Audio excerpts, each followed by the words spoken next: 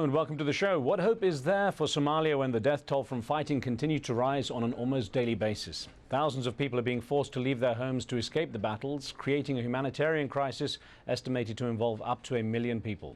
Meanwhile, the piracy crisis off the Somali coast is creating challenges on a different front, one involving millions of dollars. These are just some of the issues facing my guest today as the president of Somalia. After almost 2 decades of wars between rival clans and warlords, the latest round of fighting in Somalia pictures an Islamic government against slightly more hardline Islamic groups. The transitional federal government, as it's known, has the backing of the international community, but remains weak and so far unable to bring order to the country. The Al-Shabaab and Hizbul Islam are factions that feel the government has sold out to the West, and they keep up almost daily attacks. The battles between pro-government and insurgent groups has forced about 20,000 people from the capital Mogadishu just recently.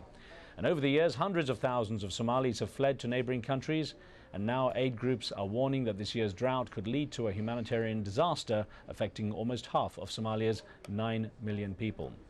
So today we ask, what can Somalia's president do to bring stability to his country? Remember, you can join our conversation with your questions and comments. Log on to livestation.com/AJE and you can enter the chat room and take part. Well, my guest today is Somalia's president, Sharif Ahmed. He was elected by the country's parliament in exile to be president on January 31st of this year. Before that, he was the commander of the Islamic Courts Union, which rose up against the previous administration and its Ethiopian allies. Mr. President, welcome. Thank you. Now, sir, you describe your job as the most difficult in the world. Why? In the name of God, the most merciful. To begin, Somalia has lived for a long time, 18 years, in continuous civil wars that have destroyed the country and have passed through many phases where there was tribal wars, and then they were confrontations that were political for about 2 years, and then after that there were negotiations in Djibouti which led to an expansion of the parliament and election of the leadership of the country, which led to the cabinet, the current cabinet. There is a lot of intervention happening in our country, and there is a lot of suffering for the people of Somalia currently. Somalia from 1991 has not seen one day of stability. And for that reason, it is the hardest job that any president could have. And the presence of Al-Qaeda and different groups that use Islam in their name, their ties to Al-Qaeda, and also Al-Qaeda wanting to be involved in Somalia makes it harder. I'll ask you about some of those in a moment, Mr. President, but Hillary Clinton, the U.S. Secretary of State, called you the best hope for Somalia. Now, what danger is there that display of affection or affinity from Washington, D.C. is actually a big problem for you, a kiss of death for your credibility on the streets of the Somali streets because of the way Somalis regard America?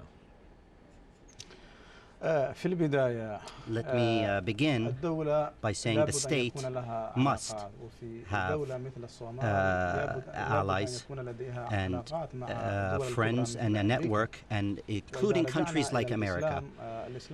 Islam deals with Muslims and with non-Muslims, and always the relations between Muslims and non-Muslims,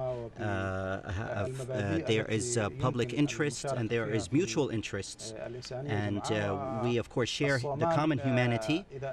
Somalia, if we want to take it to its former status and restore stability, it needs people to stand with it. And the Somali people understand that there's no way to continue a government that has an enemy with all its neighbors and the rest of the world. What we're looking for is the general public interest of our people, and I think the Somali people understand that. Well, the U.S. forces have just said they think they've killed a top Al-Qaeda suspect during a military raid in Somalia. They flew helicopters in and attacked a car that was carrying a Kenyan-born man, Saleh Ali Saleh Nabhan. What danger is there, what danger has there been in Somalia of a vacuum a lack of stability, allowing groups like Al-Qaeda to take hold and extremists to find a base? Al-Qaeda has been working in Somalia for a while, but recently, more recently, some of the extremist groups announced their relations with Al-Qaeda, and Al-Qaeda announced that they have a foothold and relations with those elements in Somalia, and this does pose a danger for Somalia and security of the region as a whole, and actually the security of the world at large, because the way they work, which is involves a lot of bloodshed and taking over a country, and also messing with our internal security, hurts the Somali interests and also Islam in general, because we believe in this faith, and it is a tolerant religion, and it's about life and prosperous living for people, for all humanity. So it's a contradiction with that. So these extremist ideas, they are a shame to all Muslims, and they must confront this with the correct Islam,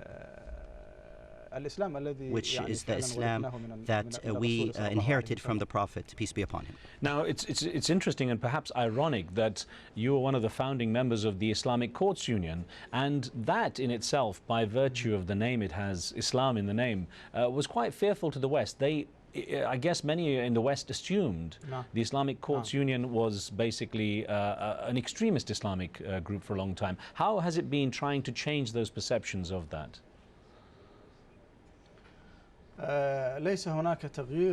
We didn't really change the image. What happened is the West was afraid, and all the rumors that were going on, and they were baseless, that were against the Islamic Courts Union.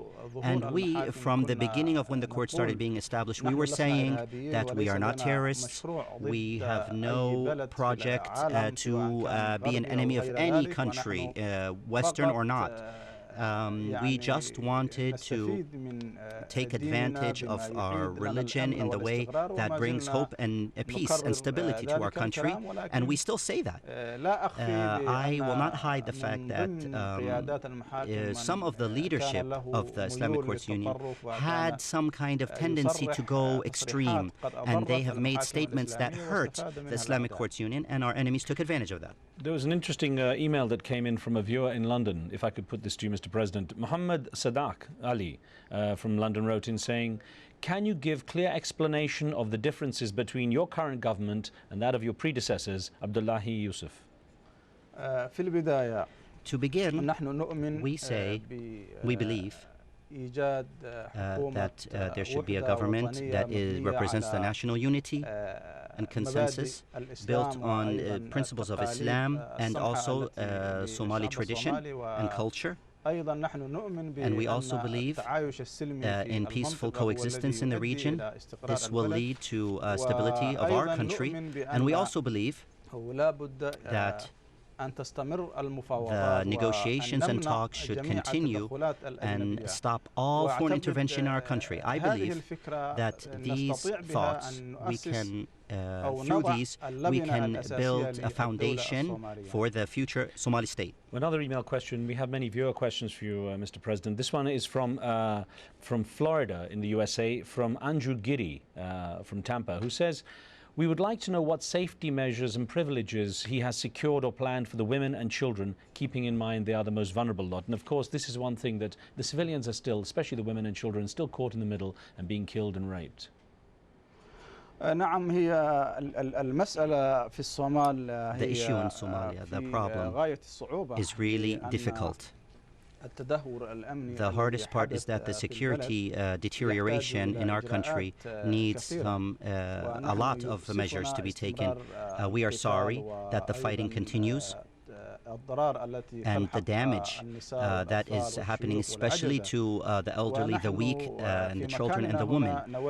I would like to, of course, we would like to help these segments of our society because it is our duty. As much as we can do, we will do. From a security point of view, the reformation of the Somalia National Forces, an army, to train them well, to give them enough weapons to do their job, and to continue the talks and to create more public awareness in the country. This we hope will lead, God willing, to an end of this crisis, because everybody's hurting right now, except for the extremist groups that find it beneficial to continue the chaos. But Mr. President, how confident are you can bring together the groups into a national army when basically the militias have had control for so long? How can you bring the people together?